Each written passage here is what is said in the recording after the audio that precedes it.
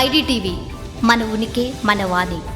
Welcome to IDTV. Jagan Palnadu పర్యటన చూసి తెలుగు తమ్ముళ్ల గుండెల్లో రైలు పరిగెత్తాయి. పల్నాడులో వైఎస్ జగన్ ఎంట్రీ చూసి, అలాగే తండోపతండాలుగా విచ్చేసినటువంటి జన సంద్రోహాన్ని చూసి అందరికీ కళ్ళు చెమగిలాయి. ఎలక్షన్ల ప్రచారమా లేకపోతే పరామర్శకు వస్తున్నాడా అనే విధంగా కూడా ఆ జన సంద్రోహం కిక్కిరిసిపోయింది. రోడ్డు మీద కిలోమీటర్ల మేర బారులు తీరిన జనం జగన్ జై జై అంటూ కూడా ఘన స్వాగతం పలుకుతూ వచ్చారు. రోడ్డు పొడుగునా కూడా తనకు నీరాజనం పలికారు. నిజంగా ఆ కూటమి ప్రభుత్వం వచ్చినటువంటి తర్వాత 2-3 సంవత్సరాల వరకు కూడా జగన్ ప్రజల్లో తిరగలేడు, ప్రజాదరణ లేదు అనుకున్న వాళ్ళకి ఈ పర్యటన ఒక చెంపపెట్టు లాంటిదనే చెప్పాలి. నిజంగా ఈ రోజు జగన్ పర్యటన చూసిన వాళ్ళందరికీ కూడా 11 సీట్లు నిజంగా వైఎస్ఆర్సీపీకి వచ్చాయా అంటే మాత్రం నమ్మశక్యంగా లేదు.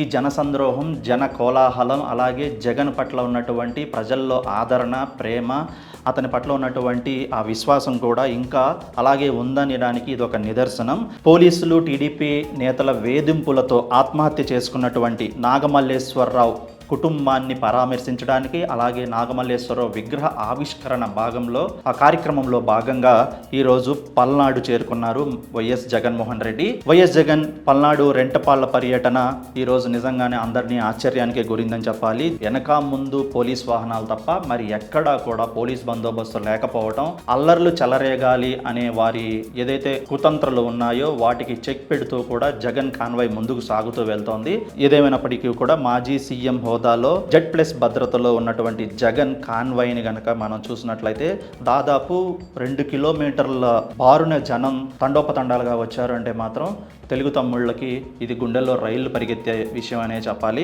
జగన్కు ఉన్నటువంటి ఈ జనాదరణ చూసి ఇప్పటికే తెలుగుదేశంలో ఒక సిగ్నల్ అయితే వెళ్ళింది. జగన్ నిజంగా రోడ్డు మీదకు వచ్చి పర్యటన చేస్తే గనక ఎట్లా ఉంటుందనేది ఇది ఒక చిన్న ఎగ్జాంపుల్ అన్నమాట. ఎత్తైనప్పటికీ కూడా దేనికి ఎక్కడికక్కడ కూడా జగన్ కాన్వాయ్ని అడ్డుకుంటూ, అలాగే వైసీపీ నేతల పట్ల అలాగే కార్యకర్తల పట్ల కూడా తప్పుడు కేసులు పెడుతూ వారిని చెదరగొడుతూ కాన్వాయ్ వెంట ఉండకుండా జన సంద్రోహం లేదు అని మీడియాకి చూపించే ప్రయత్నం అయితే పోలీసులు చేస్తున్నారు. ఆ ప్రయత్నాలన్నీ కూడా వృధా అయ్యాయనే చెప్పాలి. అభిమానం, గుండెల్లో ఆదరణ ఉన్నప్పుడు ఎవరు అడ్డుపడినా కూడా అది మనం ఆపలేము. వైఎస్ జగన్ ఈ విషయంలో మరొకసారి నిరూపించుకున్నారనే చెప్పాలి. నిజంగా ఇంతటి జనాదరణ కనుక కొనసాగితేగా మాత్రం రానున్న ఎన్నికల్లో మళ్ళీ వైఎస్ఆర్సీపీ అధికారంలోకి రావటం పక్కా అనే సంకేతాలు ఇప్పటికే టీడీపీ వర్గాలకు చేరాయి.